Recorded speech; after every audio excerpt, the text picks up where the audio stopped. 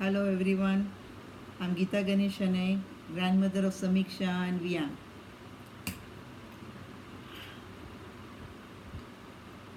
Long ago, in the outskirts of the town, there was an old church. There were about 50 inmates with an old father. One night, while having meals, they did, the inmates and the old father decide that they need to open and run an orphanage. And for that, the old father insists that we keep a cradle outside the church gate and a bell, and whoever is in need or not able to look after the child can place the child in the cradle and ring the bell. The very next day, the father hears the bell. He opens the gate and sees a very small little child sleeping in the cradle. He picks that child, hugs it, and he feels very bad. He says, "You are not an orphan. We are all there with you. Since you are our tomorrow, we will call you Tom." And they name him Tom. The boy, a kid, slowly grows and he enjoys the company of all, and he is everybody's favorite. One day he sees the staircase in the corner of the church and he asks the old father,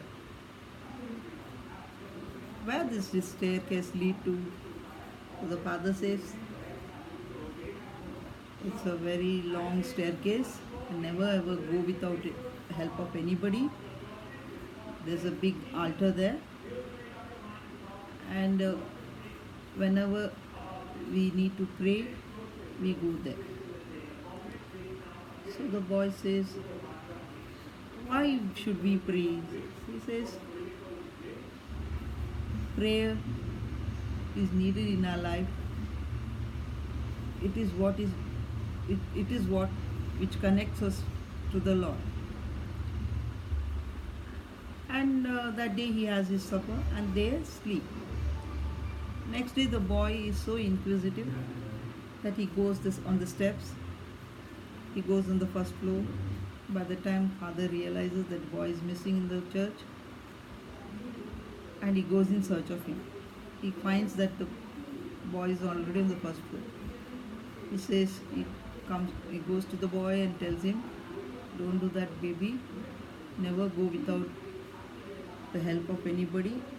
Never, if you ever go that way, you may fall." The boy, he says sorry and he just again continues with his play. Slowly the boy grows up, but still in his mind, he wants to know who is God, what is there upstairs there. Then one day it happens that the boy is missing. So the old father goes in search of him. When he goes in search of him, he finds that he's not to be found anywhere. Then the father suddenly recollects that few months back he had gone on the staircase, and so he goes there. He sees he's already on the third floor. So the father again brings him down and says, "No." He says, "Father, I just want to know what is there." He says, "There lives our Almighty who always blesses us, and He always blesses us with whatever we ask for." So the boy, he says, "Okay." And that night he decides that only wish I have got in life is I would like to see my parents. And next day he again goes there in the afternoon. He walks up and he finally reaches the altar, sits there in front of a plank and prays. And he says to the Lord, "Please, I'll not ask you anything. but just show me my parents. And he comes running down as if nothing has happened, and he comes amidst the inmates. Nobody notices it.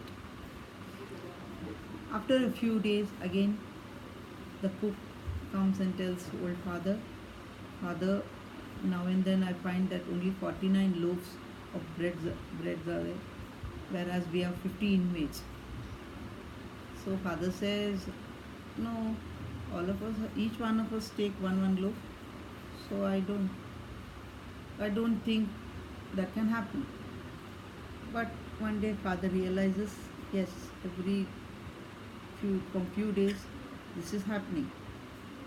So that day he just keeps a watch. And when they're having supper, this boy is not there.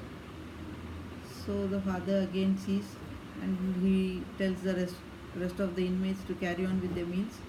And he walks the stairs and sees there the boy has kept the loaves and is praying in front of the Lord. Please, I'll offer you this bread, and please once, only once, just show me my parents. The father is in tears. He says, oh my, this child has taken my words to his heart. He must be feeling very bad. And he consoles the child and brings him down. And after, he tells him, see, one day when you grow up, you surely, I assure you, your parents will come in front of you, they will hug you and they'll take you back. He just consoles him, and slowly the boy grows up. He must be some 8 or 9 years. Again the same thing happens one afternoon, and the inmates start searching. The old father is very old. He says, I don't know how to climb this step and reach the child, but I know the child is there, up there. But he never discloses this to his other inmates, walks up the stairs slowly and reaches the altar. There he sees this kid has kept over 4 to 5 loaves and just bent his head and on a plank, and tears were there in his eyes. Then father comes and just shakes him and wakes him and says, Tom, get up. Why are you crying, my child? He says. Again he shakes him, but there is no response. Father is shocked. He just looks at the injury, and there the Lord is also not there. Father understands. This kid was so much involved in his prayers.